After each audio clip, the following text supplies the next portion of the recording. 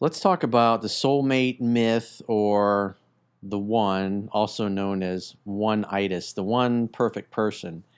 Now, from my perspective, is that when you focus on any one particular person, or for that matter, any one particular outcome in life, like you have to get a certain job or you have to get a certain promotion, and then that doesn't happen, or that person doesn't want to date you, or it doesn't work out when you date them, or a friend, you befriend somebody and then they later betray you. It's like when you focus on just one thing, one person resulting in a certain action, or you expect them to behave a certain way, and they don't, it's what's called one-itis. In other words, you believe that you have to have this person, then you become attached.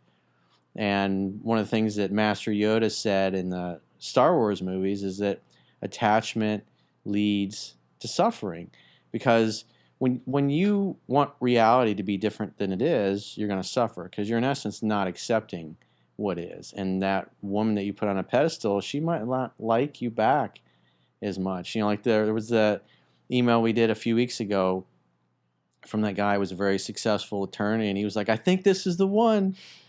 And from his email and what the one was doing and saying, it's like she was just not into this guy at all. She was in essence trying to get, gently nudge him to kind of go away, or that she really wasn't interested and she was being polite. And he's thinking they got a real connection, and there was no real interest on her part, because he convinced himself that there was one-itis. And it's interesting for us, as me as a coach, and obviously the viewers that watch and listen to that video. It's like it was obvious for everybody that the interest wasn't there, but he's projecting his feelings. And then guys get caught up or in those positions for a long time, where they meet a girl and they like her, but she's got a boyfriend, and they think, oh, it's kind of rocky, because she starts telling him about the things that aren't going well. And then what happens is he thinks, oh, I'll wait it out, and then I'll get my shot. And then you waste a lot of time, and then you suffer.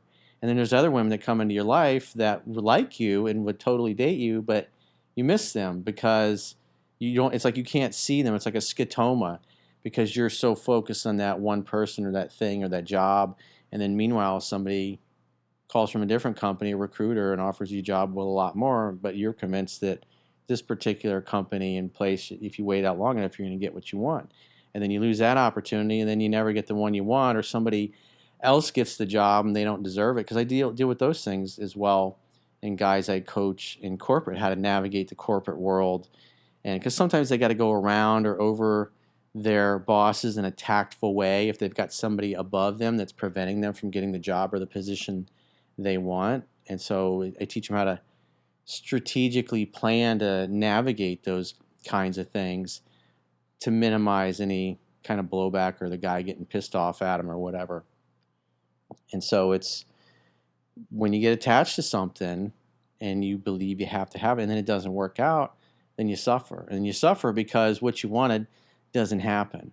Mm-hmm. And you're attached to it happening when it doesn't. Expectation often leads to disappointment.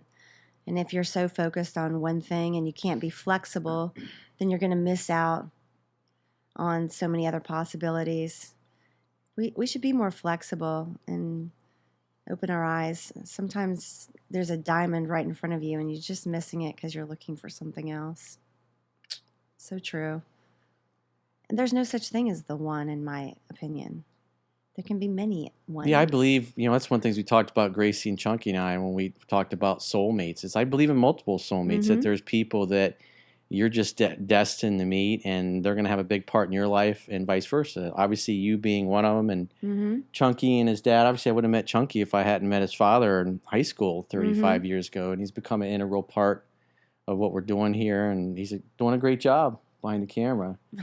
So it's so interesting that decades later, those relationships, those friendships, they're still paying dividends in the people that kind of show up, and they just kind of fit in the right place. It's like they find their own place to kind of fit in. One of the things that Ray Dalio talks about, and I mentioned it in Mastering Yourself, was actually not Ray Dalio. It was the book Good to Great, and talked about getting people on your bus, on your team, but getting them in the right position to do and to shine in a way where they can really develop their gifts. And one of the things I like about Coach Belichick of the Patriots is that when he brings a player on, because we were talking about this earlier, that he brings on players that other teams release and don't want to be part of, and he utilizes them and coaches them to their strengths and puts them in positions where they can do the things that they're really great at and excel. And you see players that everybody else is like, oh, that guy's washed up, or he doesn't have it.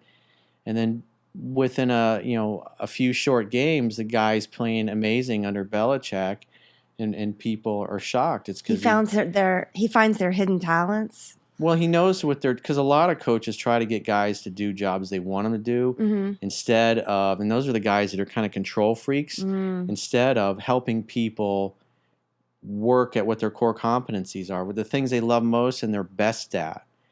Because every player is different. Each player some players that play on like the offensive line, they can play every position in the line. There's other people that are just great as a tackle, or great as a center, or as a either left or a right tackle, or maybe a tight end. There's people that play like slot positions and receivers, but they're also fast, and so based on their skill set and the things that they're really good at, he puts them in positions where the plays that they're running do really well, and they develop well because that player has just the perfect skill to really excel on that route or that blocking pattern, or whatever it happens to be, or the linebacker in a position where he's standing up instead of have his fingers in the dirt.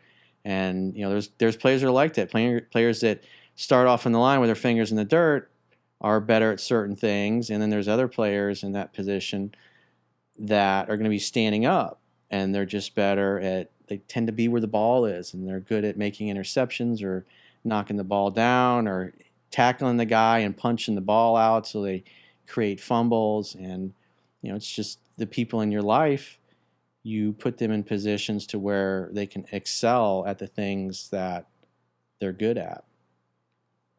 And if you're attached to things being a certain way, it's like you can't, because you're still trying to put a square peg in a round hole. Yeah. Which is very difficult to do, obviously. And so you suffer. Mm-hmm.